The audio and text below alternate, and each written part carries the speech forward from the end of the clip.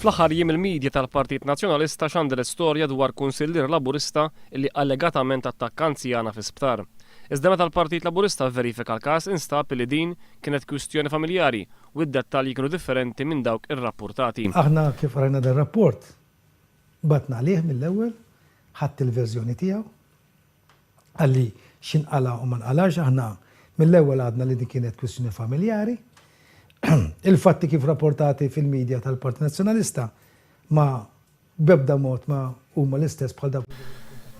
F'kummenti lil One News id-deputat mexxej Laburista Tony Abela qal li l-Partit Laburista wara bil-fatti li dejjem jieħu azzjoni kontra reati minn membri tiegħu. Aħna disċiplina dejjem minnija. Meta minnija dil-aħħar fuq Viċi Sindku ta' Pembroke, daw il-medja nazzjonalista flok qablet magħna tagħtu refuġju użatu kontra tagħna biex illum propju ftit tal-jemilu dan ġi preżentat il-qorti kompliċi f'reati kriminali.